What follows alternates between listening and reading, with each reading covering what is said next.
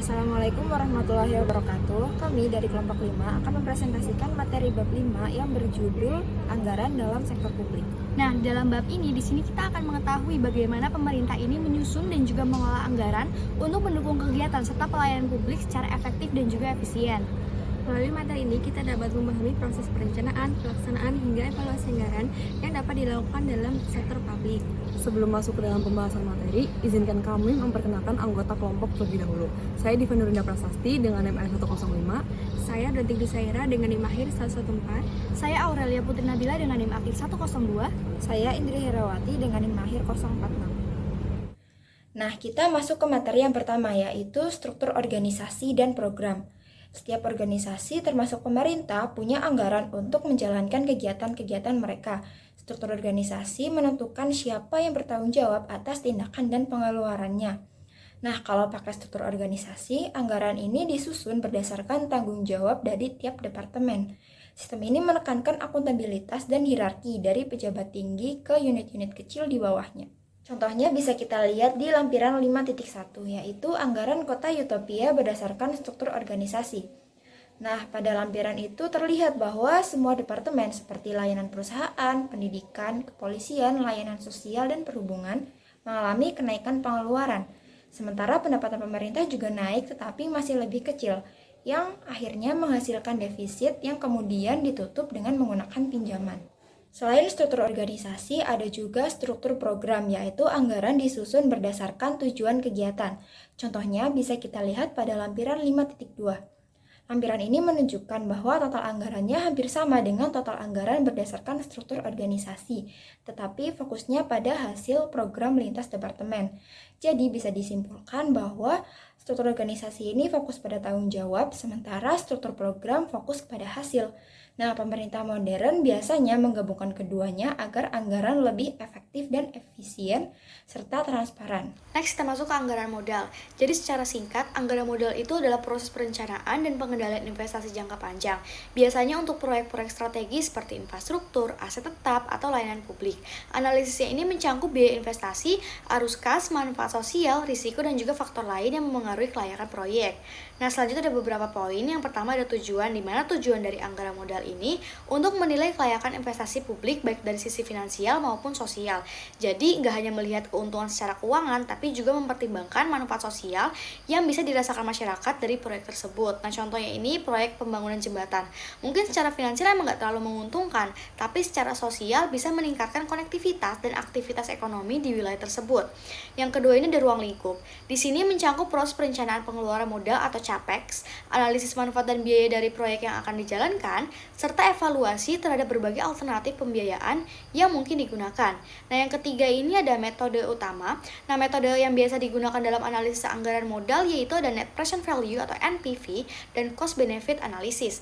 Nah, kedua metode ini tuh memperhitungkan faktor-faktor penting seperti tingkat diskonto, risiko, serta manfaat sosial dalam menilai apakah suatu proyek layak untuk dilaksanakan atau tidak. Jadi dari ketiga poin tersebut kita bisa lihat bahwa anggaran modal tuh bukan hanya soal pengeluaran jangka panjang, tapi juga alat penting untuk memastikan proyek publik memberikan hasil terbaik bagi keuangan dan juga masyarakat.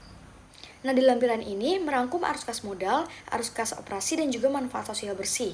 Semua komponen ini dijumlahkan untuk melihat hasil bersih proyek secara keseluruhan.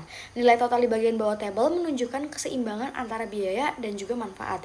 Jika totalnya positif, berarti proyek layak dijalankan karena manfaatnya lebih besar daripada biayanya. Sedangkan jika negatif, proyek masih bisa dipertimbangkan bila manfaat sosialnya cukup besar untuk menutupi kekurangan secara finansial. Kemudian di sini itu ditampilkan skema pembiayaan melalui Private Finance Initiative atau PFI. Dalam skema ini tuh pembiayaan proyek tidak sepenuhnya ditanggung pemerintah di awal, melainkan melibatkan pihak swasta. Nah, di tabel terlihat adanya pembayaran tunai awal kepada kontraktor ketika proyek mulai beroperasi, lalu diikuti pembayaran tahunan tetap selama masa kontrak. Artinya PFI ini mengubah pola pembiayaan dari pengeluaran modal besar di awal menjadi kewajiban pembayaran tahunan yang tetap. Metode ini tuh memang dapat mengurangi tekanan belanja modal di awal, namun menimbulkan beban pembayaran jangka panjang yang harus diperhitungkan secara hati-hati. Nah, nilai total di bagian bawah ini tuh menunjukkan total beban keuangan keseluruhan, dan di sini tuh pemerintah perlu menilai apakah manfaat dari PFI ini sebanding dengan kewajiban tahunan yang muncul. Next, pada lampiran terakhir ini, analis PFV dikembangkan lebih lanjut dengan menambahkan dua komponen penting, yaitu manfaat sosial dan nilai transfer risiko. Nah, kedua unsur ini memberikan gambaran yang lebih realistis terhadap nilai proyek secara keseluruhan. Dalam tabel, manfaat sosial bersih dan transfer risiko itu masing-masing dinilai sebesar 425.000 pound per tahun. Nah, setelah kedua elemen ini tuh ditambahkan, nilai total proyek itu menjadi lebih besar dibandingkan perhitungan pada lampiran sebelumnya. Nah, artinya proyek yang sebelumnya tampak kurang layak secara finansial dapat menjadi layak bila manfaat sosial dan risiko yang dialihkan ke pihak swasta diperhitungkan. Nah, lampiran ini tuh menegaskan bahwa dalam proyek publik, penilaian tuh nggak cukup hanya melihat biaya keuangan, tetapi juga perlu mempertimbangkan manfaat sosial serta pembagian risiko secara adil antara pemerintah dan juga sektor swasta.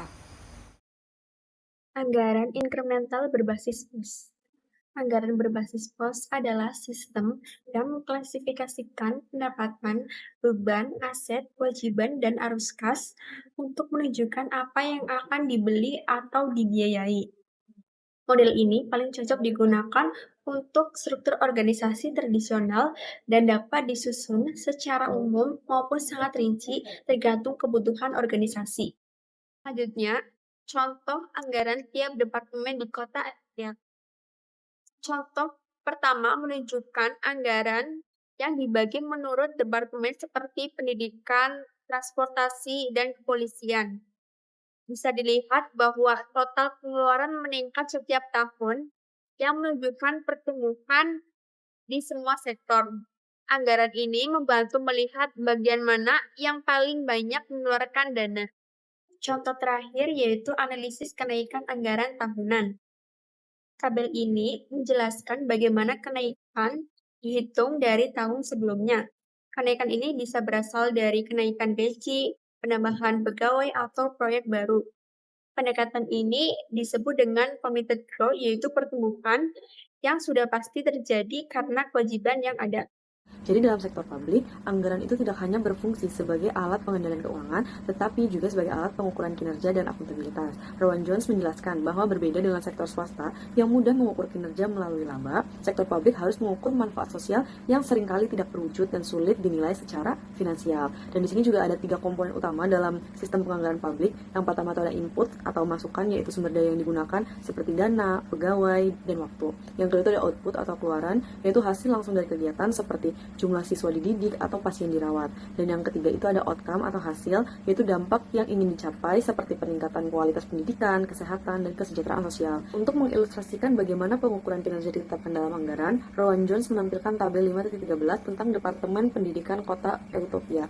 Tabel ini itu menunjukkan bahwa indikator kinerja seperti output dimasukkan langsung dalam anggaran, artinya anggaran tidak hanya mencatat jumlah uang, tetapi juga menetapkan hasil pendidikan.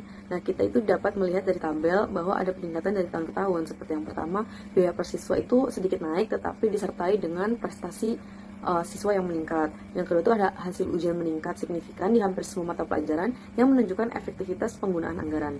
Dan dengan cara ini pemerintah itu dapat menilai keberhasilan kebijakan pendidikan serta mempertanggungjawabkan penggunaan dana publik kepada masyarakat. Yang terakhir yaitu ada zero based review atau zero based budgeting. Jadi secara konsep setiap tahun semua kegiatan program pemerintah tidak otomatis mendapatkan dana, tetapi harus dibenarkan dari awal. Jadi semuanya itu dibuat menjadi 0 atau zero based. Nah, tujuan dari konsep ini yaitu untuk meninjau ulang seluruh kegiatan, menentukan prioritas, menghilangkan pemborosan, dan juga memastikan pengeluaran itu memiliki nilai dan juga manfaat sosial. Untuk proses pelaksanaannya sendiri yaitu yang pertama dengan mengidentifikasi kegiatan dan juga tujuan, yang kedua mengevaluasi alternatif pendanaan dan dampaknya, dan yang terakhir itu dengan memprioritaskan program berdasarkan nilai manfaat terbesar. Nah, zero based budgeting ini juga memiliki kelemahan. Yang pertama itu prosesnya memakan waktu dan juga biaya yang besar, dan yang kedua itu sulit diterapkan untuk organisasi dengan skala pemerintahan yang besar, dan yang ketiga itu membutuhkan data yang lengkap serta evaluasi yang sangat ketat. Sekian pemaparan materi dari kelompok kami, kurang lebihnya mohon maaf. Wassalamualaikum warahmatullahi wabarakatuh.